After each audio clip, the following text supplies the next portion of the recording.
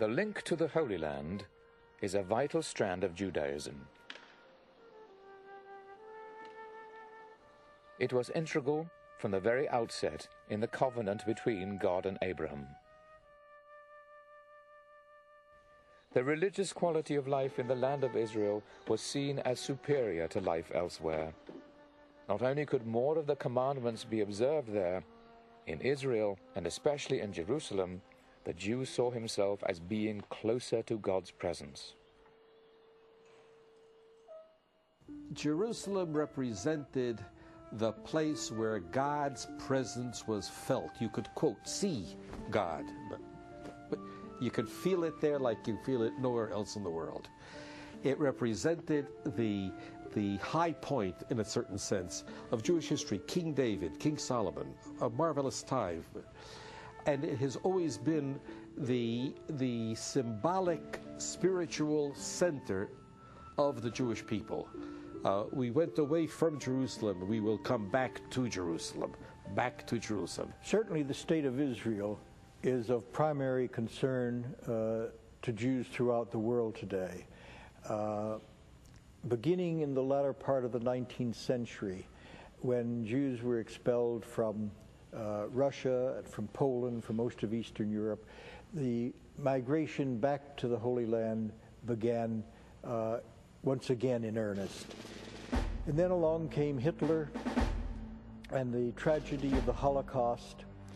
And part of that tragedy was that those Jews who might have escaped the Nazi tyranny had no place to go.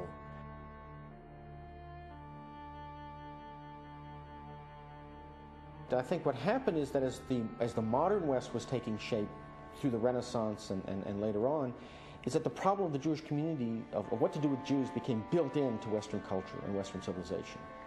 And they continued to be a problem all the way up into the 20th century.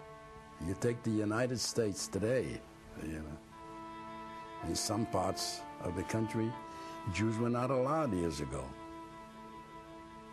For the same reason that Nazi Germany killed 6 million Jews for no other reason that they were Jews. And we were hated in Russia just because we were a minority and we were Jewish people. And in 1918, they had pogroms on the Jewish people. They had bands that came into to our city and killed in one day 500 people, mainly looking for man. And that was in 1918. I was 13 years old already. So I can remember all these atrocities. The men were laying in the street, and then 2 days later they gave us permission to gather the dead up and bury them in the cemetery. The Holocaust is certainly worse than any kind of persecution that ever went before, but it had a lot of continuities. The idea of segregation, the idea of ghettos, the idea of wearing special badges to indicate who Jews were, of restrictions on economic activity, all of that, none of that was unprecedented. All of that had roots earlier on in the Western world.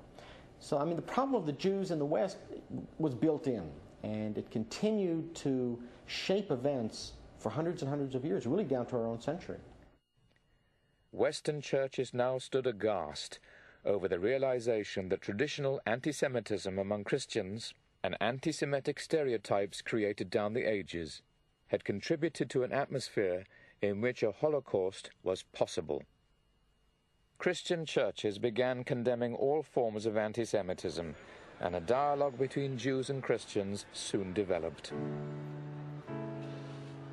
In the past century, the concept of the return to Zion was transformed by the political Zionist movement, and it culminated in the establishment of the State of Israel in 1948. It's historic. We didn't have a country until 1948. In 1948, we finally got our country back.